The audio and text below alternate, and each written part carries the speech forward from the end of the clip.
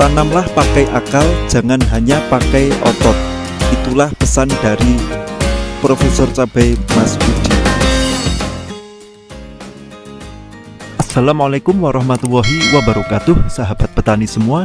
Berjumpa lagi barengan saya di Petani 1%. Pada kesempatan kali ini saya berada di lahan cabai milik tetangga saya. Saya tertarik melihat lahan cabai ini karena cabainya sangat gembel, padahal sudah terkena bule sejak memasuki masa generatif, dan ternyata sampai saat ini sudah memasuki panen lebih dari 20, namun masih terlihat gembel cabainya.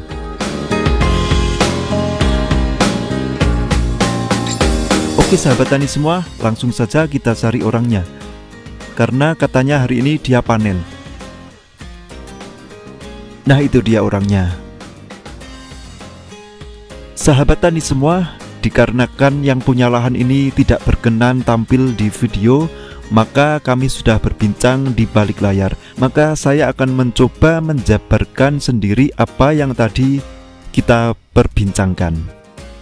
Oh ya, sebelumnya perkenalkan dulu, nama yang punya lahan ini adalah Kang Lana. Tadi saat kita ngobrol, beberapa pertanyaan saya ajukan dan Kang Lana membolehkan dipublikasikan.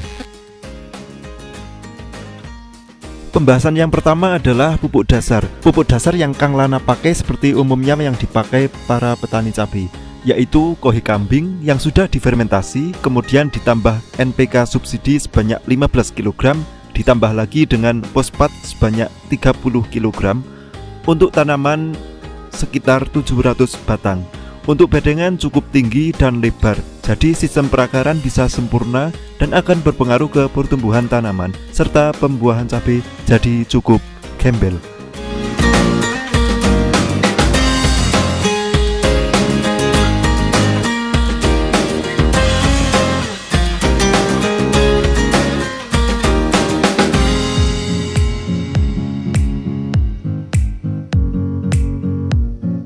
Pada masa vegetatif, Kang Lana melakukan kocoran sebanyak 4 kali. Yang pertama kali Kang Lana mengocor lubang tanam menggunakan trichoderma, kemudian 3 kocoran berikutnya menggunakan pupuk amonium fosfat.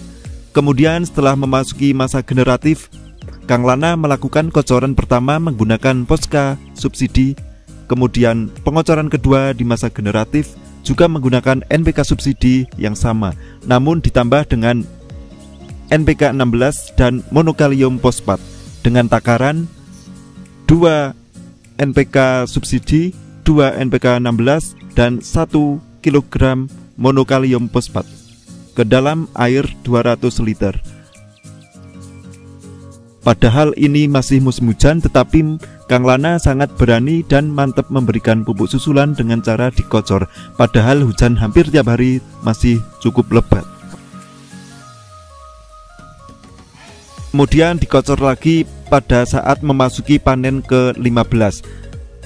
Kang Lana ini cukup berani dan nekat memberikan pupuk susulan dengan cara dikocor di lubang tanam. Takarannya juga tidak main-main. Dia mencampur beberapa pupuk, yaitu hampir sama dengan yang sudah dipakai, yaitu NPK subsidi, NPK 16 dan monokalium fosfat. Namun takarannya yang berbeda. Takaran yang dipakai bahkan sangat over menurut saya, namun tetap aman dan tidak ada layu, busuk batang dan antraknosa yang identik di musim hujan. Takaran yang dia pakai adalah 1 kg NPK subsidi, 1 gelas NPK 16 dan monokalium fosfat 5 sendok yang dilarutkan ke dalam air sebanyak 1 ember 10-12 liter. Sangat nekat sekali menggunakan takaran sebanyak itu di musim hujan, bahkan dikocor di lubang tanam. Dan alhamdulillahnya aman, serta pertumbuhan tanaman dan buah cabenya sangat luar biasa. Bahkan yang sudah terkena virus Gemini saja masih cukup lebat cabenya.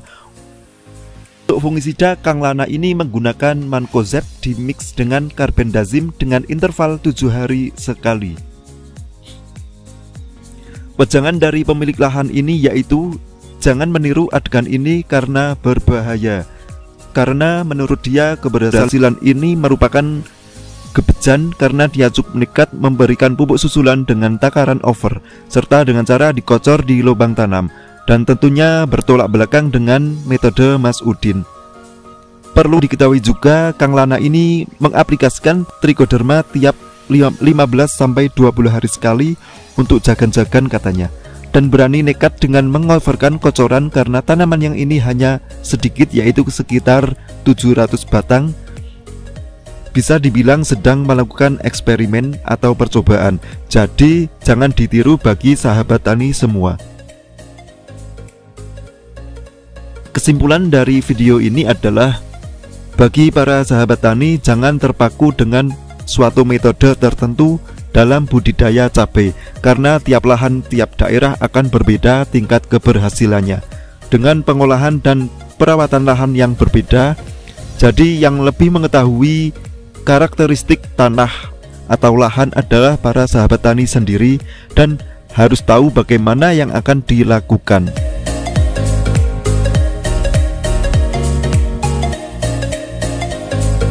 Oke, sekian dulu video ini. Sampai berjumpa lagi di video yang lain. Wassalamualaikum warahmatullahi wabarakatuh.